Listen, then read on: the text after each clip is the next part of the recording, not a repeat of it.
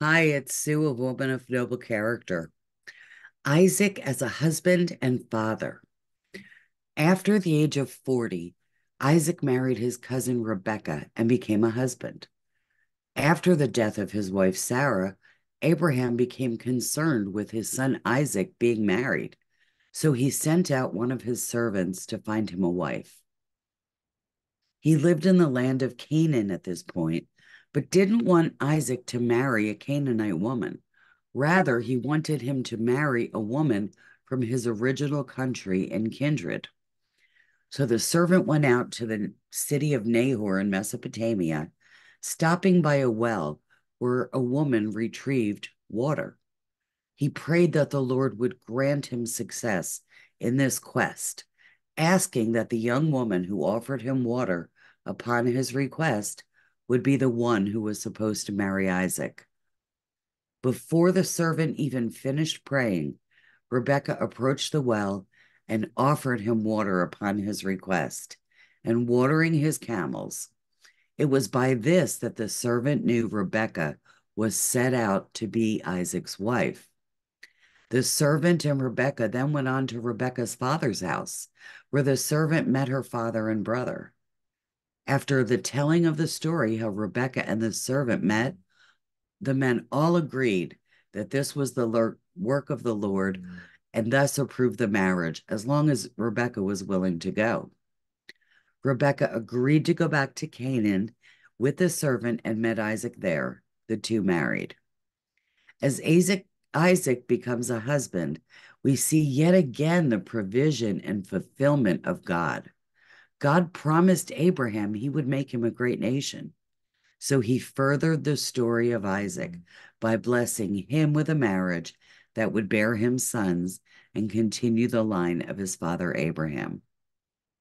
Now, Isaac as a father. Another great significance of Isaac in his role as father of Jacob and Esau, which he enters in Genesis 25. Just like Abraham's wife Sarah, Isaac's wife Rebekah was barren. Isaac prayed for her to conceive, and God answered with the conception of twin sons. Yet again, another example of God's faithfulness and provision to his people shown through the story of Isaac. The part in Isaac's life that gets a bit more complicated whenever the twins began having conflict as early as in the womb. Rebekah went to the Lord with the greatest concern, and he answered her this: two nations are in your womb, and two peoples from within you shall be divided. The one stronger than the other, the older shall serve the younger. Genesis 2:25-53. As this rings true throughout the lives of Jacob and Esau, Esau's born first, so he has the birthright to the inheritance of his father Isaac, who favors him, though he later sells it to Jacob for a bowl of soup. However, Rebekah favored Jacob and would later team up with him to trick Isaac into giving him a blessing meant for Esau. In the last days of Isaac's life, it became time to give a blessing to his firstborn, Esau. Isaac instructed Esau to bring him food before the blessing, but Rebekah overheard and took advantage of Esau's absence. He was out hunting, of course, and it went to Jacob, the younger son, and told him to go out and do the same thing. Then pretend to be Esau in his father Isaac's presence, so that he would receive the blessing of the firstborn instead. Rebekah and Jacob's deceptive plan turned out exactly the way they wanted. Isaac unknowingly blessed Jacob instead of Esau, furthering the conflict and division between the twin sons.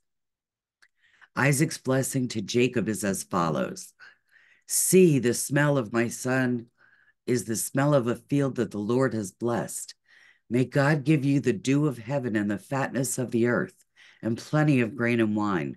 Let people serve you and nations bow down to you. Cursed be everyone who curses you, and blessed be everyone who blesses you. After Jacob's blessing, Esau came into the presence of his father, with the food he had prepared for him. It was then that Isaac discovered Jacob's deceit, yet could not remove the blessing. This made Esau bitter toward Jacob, and Esau plotted to kill him.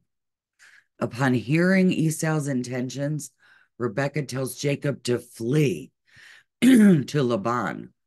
Isaac instructs Jacob to marry a woman there instead of a Canaanite and bless his life yet again.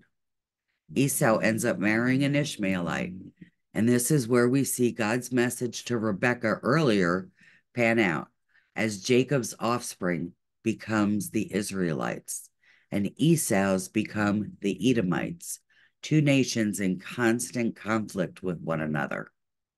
Throughout Isaac's role as a father to Jacob and Esau, God plants more seeds for the coming of Jesus, as Jesus was an Israelite of Jacob, Isaac, and Abraham's bloodline. Remember in the Abrahamic covenant when God told Abraham that it was through his offspring that all the families of the earth would be blessed?